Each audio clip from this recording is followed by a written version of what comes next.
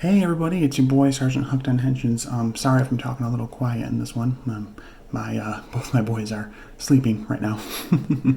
But yeah, just wanted to throw together another video here for the channel. I've kind of been a little absent recently, but all of a sudden have over 100 subscribers, which is great. Thank you. And one of my videos, the Gokai Change video, is at over almost 7,000 views. Don't know how. But anyway, glad you guys are liking the content. Make sure to subscribe, for more Toku content. But today's video, I wanted to kind of give my basic thoughts and review on the first episode of Power Rangers Dino Fury. We had the premiere on Saturday, and I've watched it a couple times through to kind of get my ideas and thoughts together. One primary thing that I'd like to focus on is that this really felt a return to form for good Power Rangers. The Neo Saban era has kind of been full of a lot of mediocrity other than Dino Charge, in my opinion. Not that, if your first season was Samurai or some other season within that and you like it, that's okay. But to me, it's just not been the quality I know it could have been. But Dino Charge felt like the first time that they, in a while, took the Sentai footage and still respected the source material, but tried to do something different with it at the same time. It's possible to do both. Samurai to me is too much of a Sentai copy almost, to an extent Megaforce, and we won't talk about Super Megaforce. But anyway, Dino Fury has a lot of vibes like that. Not that it feels like it's a copy of Dino Charge, but in the way of it knows what Rio Soldier was doing and is using what it can of that to make something new. So the primary story with it, we start off with our Pink Ranger Amelia, and she eventually meets up with our Blue Ranger Ollie, whose last name is Akana, and actually the actor who plays him is Hawaiian, or of Hawaiian descent. So he got to come up with the last name for him and his mother that comes into it, this archaeologist lady. Amelia wants to be, she's a journalist, and she works at a place called Buzz Blast. It's kind of like a BuzzFeed ripoff. And she wants to do stories about the paranormal. And her boss keeps telling her no, keep doing these fluff pieces, and finally she persuades her to allow her to do so.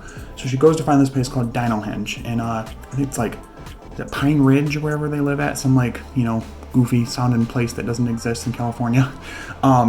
And she goes to find it and comes upon Ollie. They have a really good back and forth banter. That's one thing I want to point out. The banter and the dialogue is so good in this season. They feel human. It feels like things people would actually say to each other, ways that people would actually talk, and the humor is natural. There's one slapsticky thing where she has this shock net cannon thing, and she hits him with it and then zaps him, but that is something that comes up later, like a Chekhov's gun type thing. We'll get to that. Yeah, so and before I get too far, there are going to be clearly spoilers in this video, so I can fully talk about the episode. But anyway, so they together meet up with his mom, and she sets up this scanning device. There's these 6 dinosaur statues surrounding one spot, and she knows that underneath somewhere is some kind of chamber she wants to get to. They actually are met up by this park ranger, Ranger Garcia, who we have not seen the twins yet, Izzy and Javi, but hopefully we're thinking that he's related, he's their dad. One of their dads, and one of their stepdads, technically, because they're step-siblings, I think, or maybe they're just brother and sister. Anyway, so we haven't gotten them yet, just the first 3. But anyway, she puts on the scanner, the light hits the statues, they all glow the colors of the Rangers that we know from Rio Soldier and what we'll get in this season, and it starts to open up the cavern a bit. Then we get brought in with Void Knight, who is this adaptation's version of Guy Sorg. He is fantastic. One tiny thing that is the only tiny thing I didn't like in Rio Soldier was that the villains were okay, but the hierarchy wasn't very well constructed, and it wasn't till the end that we got the pecking order of Eris, Precious, and the rest of everybody that was in the group. There were some good dynamics between the two duos, Creon and Weisel, and Gajaleus and Creon and stuff like that, but there was never a cohesive group dynamic that was good. I like that Void Knight is the primary bad guy here. He's searching for an energy source, something called the Sporix. So they follow after him, and he comes upon this room in this chamber that's going to be basically, I'm guessing, their command center, and meets our new mentor type character, this anthropomorphic dinosaur robot thing called Solon, I think her name was, female mentor, which I haven't gotten in a while, and she is trying to awaken Zato, the Red Ranger, but he's been in stasis for 65 million years. He's from another planet. We'll get to that in a bit. So Ollie and Miller are watching him. He goes to attack Solon, and Ollie gets mad about it. He can tell that she's innocent, grabs a sword off the wall, and goes to stop him from attacking Solon. And right after that, we get the Chekhov's gun thing of the cannon that Amelia used, and she hits him with it. She goes, "Hey, this may come as a shock to you, but nobody likes a bully." She hits him with the net and then zaps him, so it, like, makes him double over for a bit. Then, it was really cool, Solon throws what the Ryusols are called in this, power keys. The power key, she throws a power key to, it's supposed to be to Ollie, says, "Hey, put this in the sword, open it up like you're supposed to, like in Real Soldier, and it'll activate the, what are called the henchmen, as in Dino henchman. It's so good. So Void Knight gets the key and says, "No, I'll use it," and he puts it in his sword and he, chops it down, activates the henchmen. So they attack, and before they do, there's a really nice exchange between Amelia and Ollie, who's, Amelia says, "Do you have any training that would help right now?" He's like, "I took 3 years karate," or she says, he asks her that, and she says, "I took 3 years karate when I was younger." He's like, "Yeah, 6 years fencing," which fits into his, like, sword play that the Blue Ranger footage will be based off of. So they fight for a bit, an original footage, unmorphed fight. She eventually gets a sword, and at one point, the swords glow, and they give them their morphers. And Solon throws the pink and blue souls, not Rio souls, I gotta get that out of my head, power keys to them. They put them in the morpher, and the morphing grid forms above them, which is really cool, like an energy field. Kind of reminded me of the 2017 movie, and zaps them and transforms them. So they fight. Really cool, really awesome effects here. The effects team is like doubled or tripled in size, which is amazing. The music is fantastic. The music almost feels like kind of 8-bitty video game synthy, which is nice, but it fits with the theme song. Theme song is growing on me, but now that I know that Simon Bennett said online that it's due to network restrictions and rules that it's 30 seconds long, doesn't bother me as much. But anyway, so music's playing, they're fighting, doing some badass stuff. This is completely original footage, which seems like, I don't know for sure, but I kind of get the feeling that this whole season might be original footage, or at least a good chunk of it. I'm sure they'll keep using the Rio Soldier footage where they can, but it seems like they're really wanting to do something original here, and maybe this is kind of paving the way for what they're going to do if they're truly separated out from Toei in terms of doing adaptations in the future. But anyway, they fight for a while, and they're able to defeat some of the henchmen, but, Void Knight's kicking their butt. Finally, Solon's able to smack the console, and Zato comes out and fights Void Knight. But one thing that's interesting, and I wrote this down, he says, "You stole that armor," which is really interesting. And Void Knight says back to him and said, "That doesn't matter, it's mine now." So, really interesting note there, because in the Sentai, it was like this sentient armor that, like, was like a symbiote almost. So, kind of interesting. But, they fight for a while, he gets his butt kicked, he does release the Sporix, which are essentially the Druidon of this adaptation, and he takes them, they all little spores fly out, they're really gross looking, they all fly out of the cave and out of the command center and off into the, into Pine Ridge or wherever they're at. And so Zato unmorphs, they demorph as well, and he kind of gives his backstory. Zato's our Red Ranger, he's an alien from the planet called Rafcon. On his planet, a bunch of knights that he worked with, they all pretty much got wiped out trying to fight the Sporix. It became too much of a threat, they just kept getting stronger and stronger. Then they realized they were going to leave their planet after basically wiping it out and go to Earth. They followed them, but then the Sporix started getting big, like, giant monster fight type Megazord big, and they just couldn't hold up. Well, in that time of need, the Morphin Masters come back into it. They're mentioned one time in the first or second episode of Mighty Morphin, and then they were brought up in the Boom comics. But they're putting them into the lore, and I love this lore and world building. Thank you for doing this, because, like, the average demographic kid that's watching this isn't going to give a crap.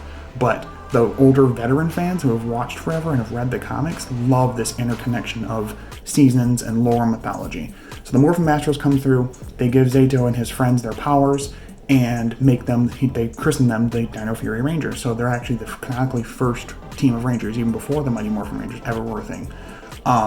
So it's really awesome. We actually see the full team. We see Gold. Green in this has a skirt, so I'm wondering if Izzy's going to have like a tomboy thing. She'll morph for the first time and take the skirt off, or she'll morph, not have the skirt, see Amelia with a skirt and go, "Oh, God, that's great. I don't like skirts anyway." Something like that. I don't know. Doesn't need to have a skirt to be awesome. She's going to be a great character. Anyway, so he explains that they got their powers. After that, he says that they said, "Well, you won, right?" He's like, "Well, yeah, but it wasn't a victory that I was proud of. It wasn't a victory to be proud of, like a Pyrrhic victory, like a lot of losses." But he mentions the other Rangers were lost. He doesn't say destroyed, which is Power Rangers' term for killed. Doesn't say killed, doesn't say dead, nothing. Just says lost.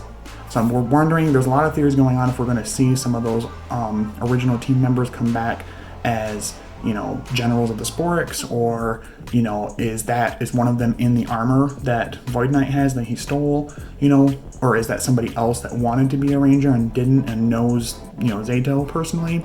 We don't really know. Just please don't, Hasbro, please don't make it his dad. Oh my god, I'm done with the dad storyline. Please stop.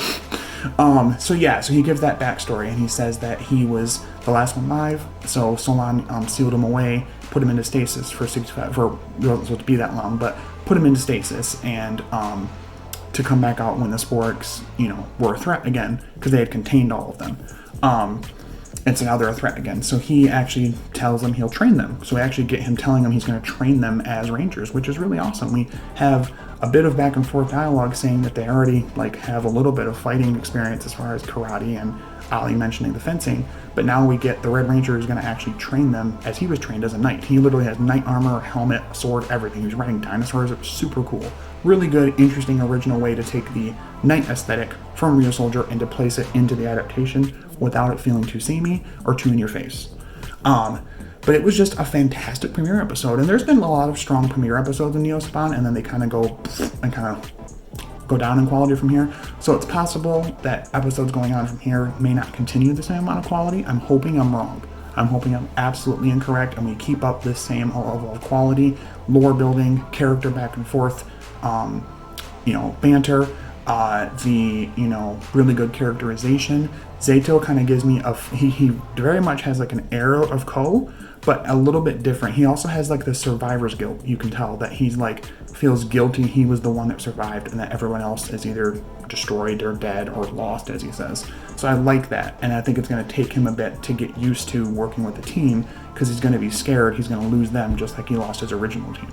And I love that kind of vibe. That's really good here, and I think that'll really make for some good conflict and some good team building, especially when they grow the team to the Green and Black Rangers, Izzy and Javi, and then whoever the Gold Ranger is. There's some actor people think it is, but we're not sure who it is yet. But yeah, and it looks like all the power keys are on the ship already, the ship / command center. So as different from Real Soldier, where they had to earn the souls as they went through, it looks like they're all there. Maybe they just have to find what those connect to, like the Zords those connect to and the power-ups those connect to. So overall, a fantastic premiere. I loved the VFX. I loved the music. Honestly, I'm starting to love the theme song.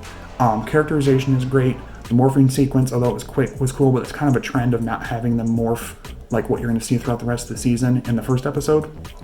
So I'm sure we'll see that coming up. He also, Zato, made the sword into what's called the Dino Dagger, so they're just trying to expand how many weapons they have in the season, I'm guessing. We'll probably see some more original things like that.